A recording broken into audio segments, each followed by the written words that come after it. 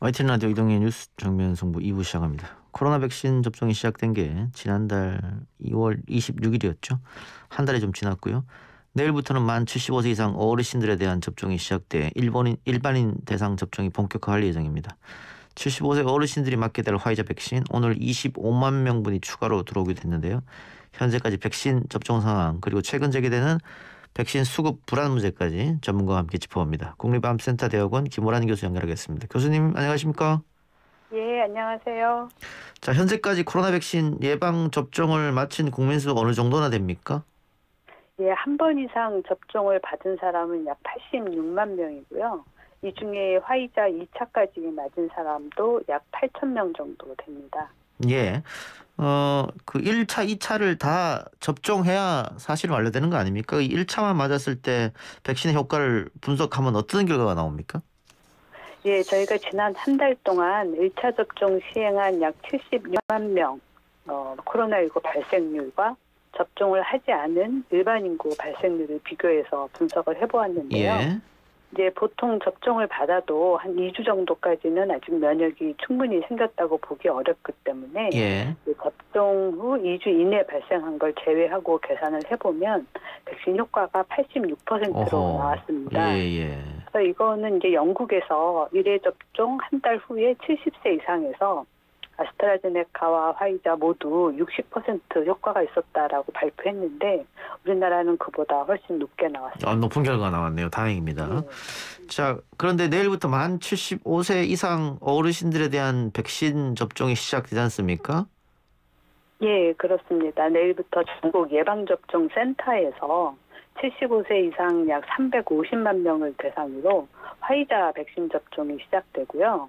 또 이와 함께 이제 주거복지나 주야간 단기보호 등 노인 시설에 이제 입소해 있는 분, 또 거기서 일하시는 분들 15만 5천 명에 대한 접종도 함께 진행이 됩니다. 예, 지금 계속해서 우리 방송뿐만 아니라 그 대부분의 방송에서 이 이야기를 하고 있던데 알리기 위해서 접종 동의 여부, 동의를 해야만 백신을 맞을 수 있는 겁니까?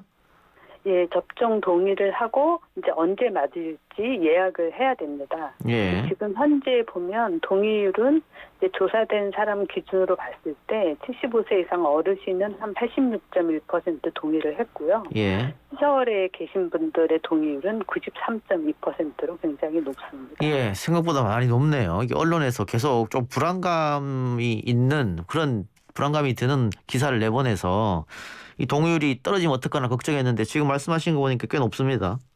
예, 그렇습니다. 그리고 해외에서도 고연령일수록 예방접종 동의율과 접종률이 높기 때문에 아마 우리나라도 그럴 것으로 생각이 됩니다. 근데 그 동의를 안 해주시는 분들은 결국은 백신을 맞고 나서 이상 반응이라든가 심하면 사망이라든가 이런 걸 좀 걱정하시는 것 같거든요. 그렇죠. 아무래도 이제 뉴스에도 많이 나오고 이상 반응 이야기도 많이 있는데요. 실제로 코로나19 백신이 우리가 지금까지 맞았던 인플루엔자 백신보다는 면역 반응이 좀 세게 나오는 게 맞습니다. 예. 그러니까 접종 부위가 붓고 아픈 것뿐만 아니라 이제 발열이라든지 근육통 같은 전신 반응을 보이는 경우도 좀 많이 있는데요. 화이자 백신은 1차는 좀 적고 2차에 좀 더 증상이 많이 나타나고 아스트라제네카는 1차 접종에서 좀 더 증상이 많이 나옵니다. 예. 그렇지만 이제 대부분의 증상들은 타이레놀 같은 약을 준비해 놓고 있다가 이제 드시면 한 하루 이틀이면 거의 좋아지는 것으로 알려져 있고요. 만약에 이제 39도 이상 고열이 있거나 이틀 이상 열이 지속된다거나 아니면 아주 드물지만 어지럼증이나 구토 같은 이런 증상이 나오면 그때는 병원에 가셔서 좀 진료를 받아보시는 게 좋습니다. 예, 알겠습니다. 또 하나 걱정되는 게 우리가 11월 달까지 집단 면역을 목표로 잡았지 않습니까? 근데 최근 언론 보도를 보면 백신 수급 상황이 녹록치 않다 이런 보도가 나오고 있거든요. 그게 사실인지 또 그렇다면 왜 그런 겁니까? 그렇죠. 지금 이제 전 세계적으로 예방접종을 시행한 나라 중에서도 다시 환자가 급증하는 나라들이 있습니다. 예. 그러다 보니까 특히 이제 백신을 많이 생산하고 있는 인도 같은 경우에 그동안은 해외로 다 수출을 하고 내보냈는데 자국에서 환자 수가 급증하니까 국내에 좀 맞추겠다 이러면서 수출 물량을 좀 조정하기 시작했어요. 예. 그러다 보니까 우리도 이제 인도에서 코백스 통해서 받기로 했던 아스트라제네카 백신 수급이 좀 이제 줄어든 건데요. 예. 양은 우리나라에서는 그렇게 많지 않아서 큰 문제는 없을 것으로 보입니다. 큰 문제는 없다.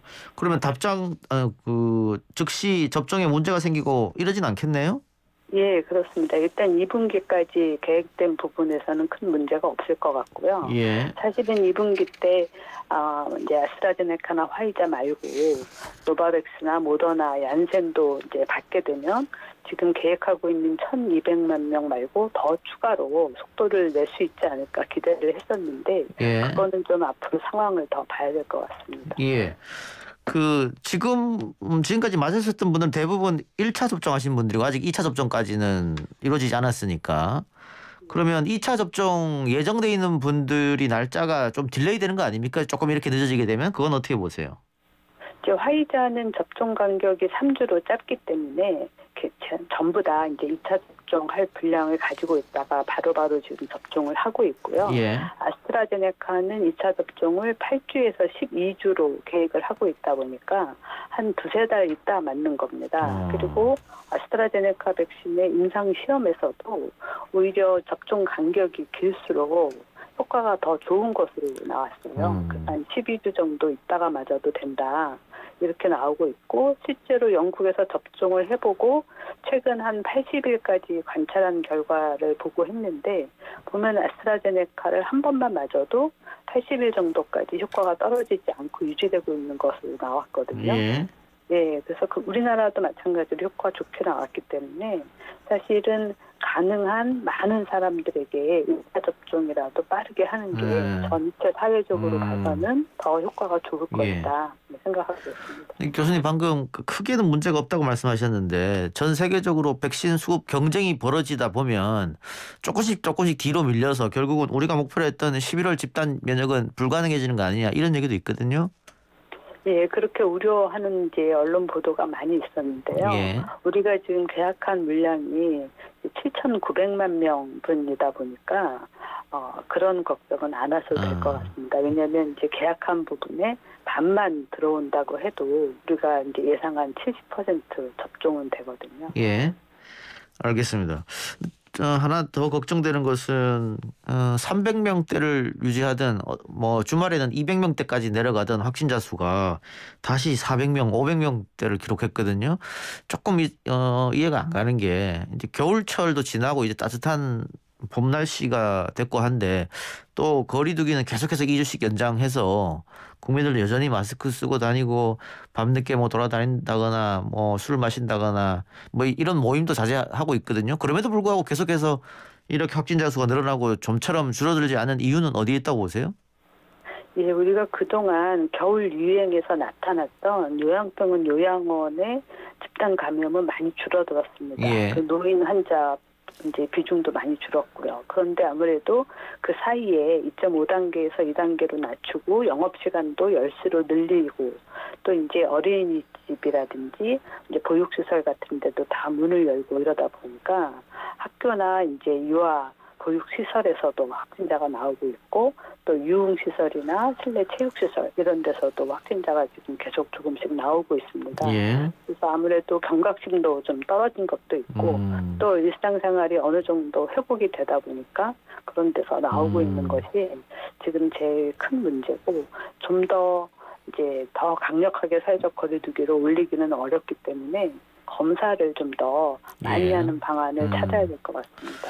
근데 3월 들어서 확진자가 늘어나는 게 우리만 그런 건 아니니까요. 전 세계적으로 더 힘든 나라도 많더라고요. 그래서 더 걱정이 되는데 지금 이스라엘이 국민 절반 이상이 백신을 맞았더라고요.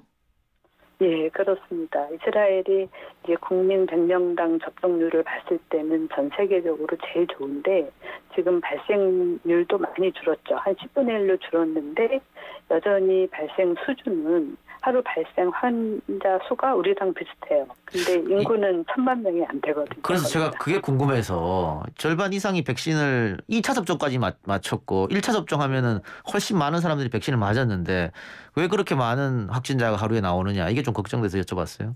네, 지금 이 유행은 예방접종만으로 완전히 통제하기는 어렵습니다. 방역수칙가 같이 가야 되는데 이제 예방 접종이 진행되다 보면 아무래도 그동안 이제 억눌려 왔던 이제 그 락다운도 풀게 되고 행동도 아하. 좀 더 하게 되고 마스크도 벗게 되고 이렇게 하다 보니까 또 다시 환자가 늘어나는 것 같습니다. 예.